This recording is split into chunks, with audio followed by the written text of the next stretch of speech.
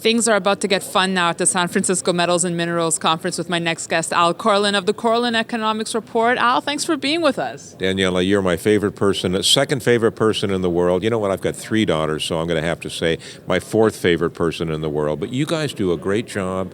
I've been involved with Kitco now for an awful lot of years. I think I met Bart probably 20 years ago. They have the best venue in the world when it comes to precious metals and other issues. Well, thank you, Al. It's like family now, right, between us? Getting to be. So I'm trying to sport your look. I'm trying to take a cue from you with these glasses today. But let's talk some serious stuff now. How are things with you? Things are going really well. Our audience continues to grow. We are regular contributors to Kitco now. We're very proud of that.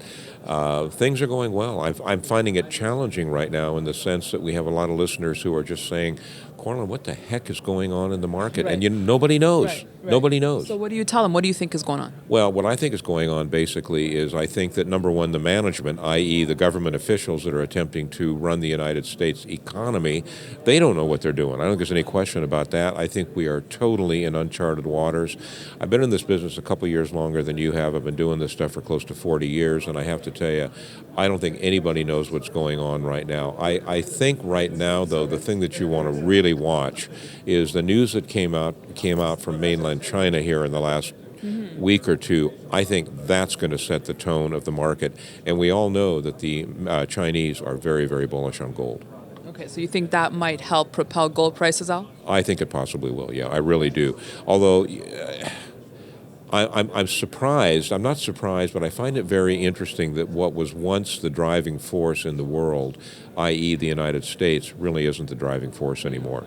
So that's an interesting place for me to come from. So let me ask you, if I were to give you $10,000, and I've been asking a few guests this question, how would you divide that ideally right now?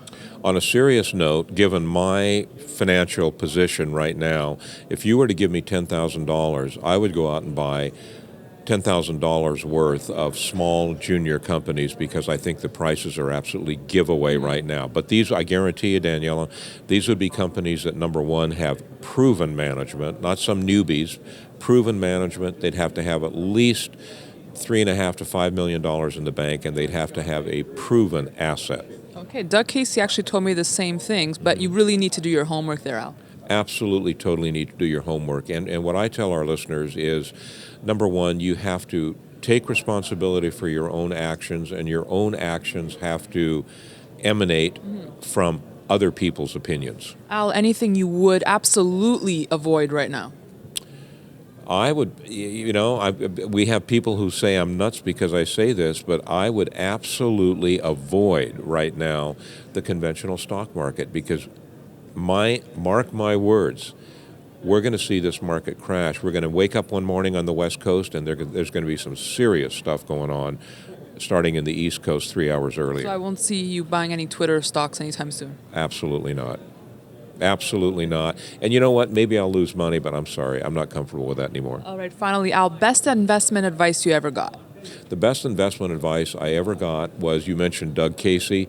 I've known Doug for an awful long time, and the best investment advice that I ever got was from Doug and obviously his team, Marin Katusa, Lobo, Louis James, the whole crew there. The best investment advice they ever gave me was do your homework. On that note, Al, thanks so much. Pleasure.